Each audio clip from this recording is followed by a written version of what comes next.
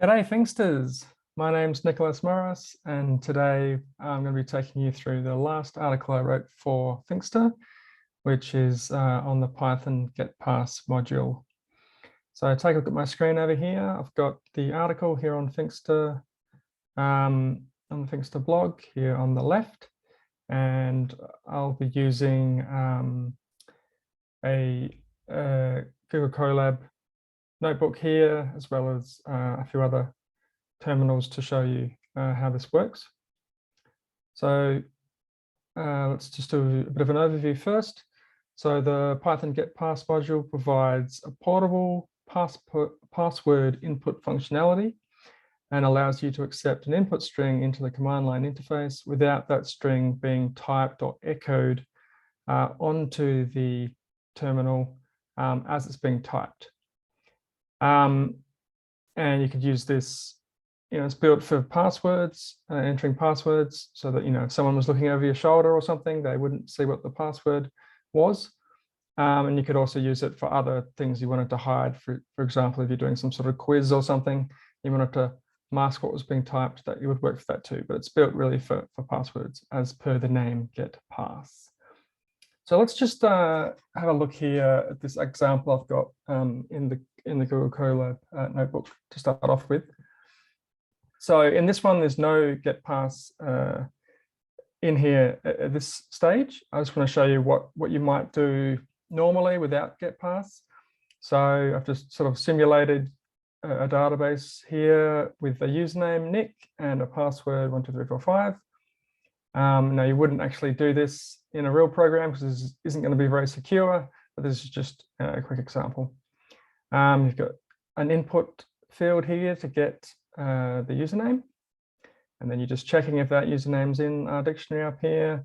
If it is, we want to try and we'll ask the user to enter their password, check that against the username, and then we print a message based on whether it's found or not and whether it's the correct password or not.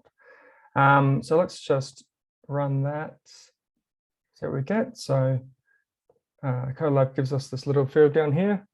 Okay, I'll start off by typing the wrong username just to show you what that looks like. So then we get the user not found message for Nick's. I'll run it again. Okay, this time we've got the correct user in, and now it says it's asking us for a password. And now let's type our password 12345. As you can see, as I type that and as I do backspace and mess around with it, it's being echoed, or it's being printed, or it's being shown on the screen or in the stream what's being typed. So that's what's happening normally. So if I just click enter on that, it's approved. So the program logic worked correctly. However, it was printed out, so if someone was looking over your shoulder or whatever, then they would have seen what the password was. Now let's implement Getpass into this so you can see how that changes things. So the top here, because it's a it's a module we can use. We have to import it though. So it's built into the standard. It's in the standard library, but it's not built in. So we have to import it. Oops, import Getpass. And instead of doing the input for the password here, we're going to say getpass. Okay, let's get rid of this output and run it again, see what happens.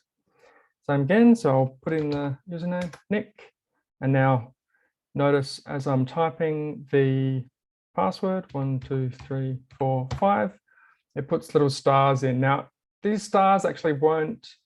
This doesn't normally appear in the terminal. I think this must be a special feature of Google Colab. But in any case, the password itself is masked. Let's just press enter, make sure I got it correct. So access approved. So the password was correct, but it wasn't shown on the screen or in the terminal. Here, it wasn't echoed, as they say, as I was typing it in. So that's the feature of Getpass. It allows you to type the password in without it being echoed onto the screen. Now let me just show you how that looks in the terminal on my computer. So I've got that same program here without Getpass in this file here, and then I'll just open it up in my terminal.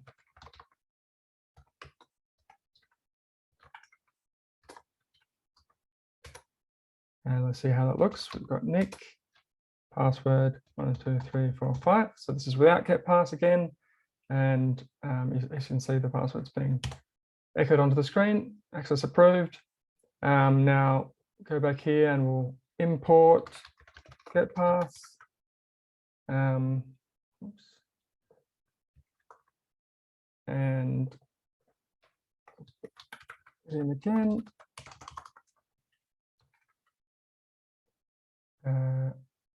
Save that. Back to the terminal. Okay, username again, Nick. And now we even see a little password icon within the terminal here. And now when I type this time 1, 2, 3, 4, 5, you don't get anything typed or echoed to the screen. Like in Google Colab, it had those little stars, but in this case, you don't get anything. But I did type the 5 characters, press enter, get my access approved, and nothing was echoed again. Okay, so that's a basic example of how it works, and you know how it's different from if you were doing it with a standard input field. So let's have a look through the rest of the article and see what else we can talk about here. As I said, it's part of a standard library. It's under the generic operating system services category in the standard library. However, it's not a built-in function, so you do import it, as I've shown you here. So you just put import Getpass at the top of your program. Now, something to note is when I did the example here, I used a custom prompt. So I'm using this prompt variable here. And however, if you didn't want to do that, you could just leave it blank and it would use the standard prompt, which is just password. So let's just see how that looks.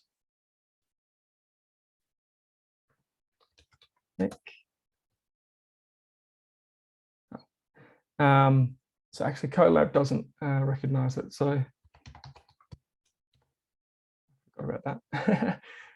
Let me just do it in the terminal instead, so you can see again what I'm talking about. So I'll just take out the custom prompt there and back to here, run that file again, username Nick, and yeah, so in this case, it just says password. So I didn't put anything in here, no prompt, and it used the standard prompt for that, and it just said password. So 1, 2, 3, 4, 5, and that worked again. Okay, what else have we got? Okay, so that mostly explains the Getpass feature. The other half of Getpass is a function called getUser. I'll go through that in a second. There was actually one more thing to mention, and that's it's the Getpass warning. That's if you're trying to run Getpass in a command line or a terminal or a program that doesn't support, doesn't allow Getpass to interface with that such that it won't echo the password to the screen, then you'll get this Getpass warning. And that will actually happen, I found, in PyCharm's standard console or terminal. So here, I've just opened up my PyCharm window here. We've got the same program again. You can see Getpass here, import Getpass, and I'll just run that as before.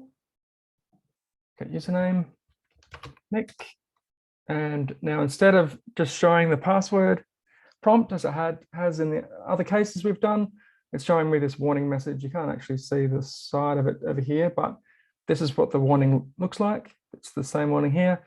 So you get a Getpass warning, cannot control echo on the terminal, and it's using a fallback, and then it's warning us the password input may be echoed to the screen. And let's just see here, now we get the enter password prompt, and let me go again, 1, 2, 3, 4, 5, and as you can see, it is being echoed to the terminal here. So for whatever reason, PyCharm, the terminal included or the interpreter included within PyCharm doesn't allow Getpass to hide the characters. So by default, it's getting this error and this warning, and the result is that it is being echoed. So just be aware of that, and that Getpass does have this built-in warning to help us in those situations. Okay, so the last piece of the video is just going to be on, like I said, the second function within Getpass, which is getUser. And that's basically what the getUser function does, is it will check for different environment variables that are sort of built-in environment variables that will likely be already populated from your operating system. And those are log name, user, L name, and username. So it's just a way of automatically getting the username from the operating system without you having to do anything, basically. So this is what it looks like. User getpass.getUser, and then you don't have to do anything else, because it will look for that user in those 4 environment variables. We go through them one by one, and it'll extract it if it's there, and if it's not there, then it won't extract it. And then you can do something like a standard input to get the user. I can show you how this works as well. And back to our Google Colab here. So I'll open this up. Now, Google Colab works a bit differently again, and it doesn't actually have any of these 4 environment variables set. Let me just show you.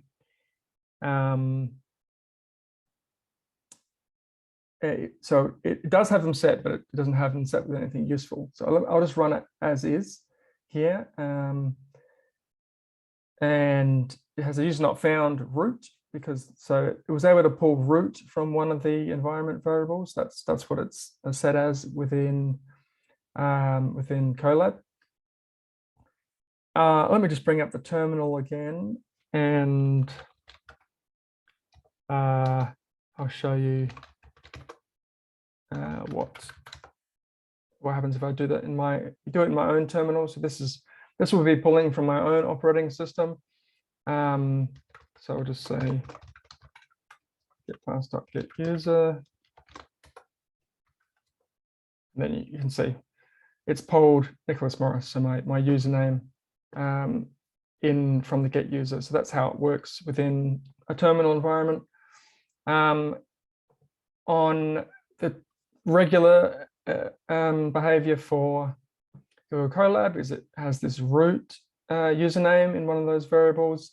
And then I just want to show you how it would look if we did actually have something useful in there. So normally this step isn't required, like I said, because it's pulling from those environment variables that already exist, set by the operating system. But in this example, I'm just manually setting it. So I'm setting this user environment variable using the OS library here.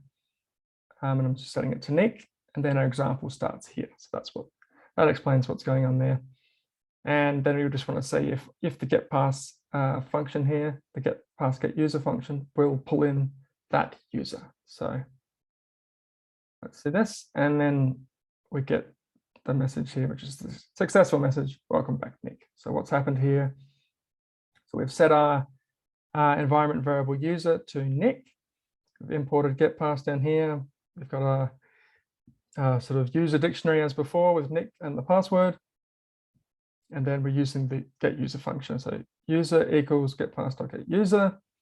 And then we've said if user, so if something was successfully found within the user environment variables, we're printing welcome back user. And that's what we've got here with the successful message. And then I'll just take that away again to show you what that does. And in this case, it still has found the user because it's found the root user that the Colab uses. But of course, there's no root user in our dictionary here. So that's why we get a use not found message here. I think that brings me to the end of the video. So that explains the two main parts of get user, or the three main parts, I guess, in summary, are the Getpass function, the get user function, and the Getpass warning if Getpass can't do its main function there, which is hiding the text from being echoed onto the screen, if that Getpass warning that we showed. If you want more information about this, a little bit more explanation on the examples and some background information, I suggest checking out the article on Finxter. Once again, my name's been Nick Morris, or has always been Nick Morris, and I'll see you next time. Thanks for watching.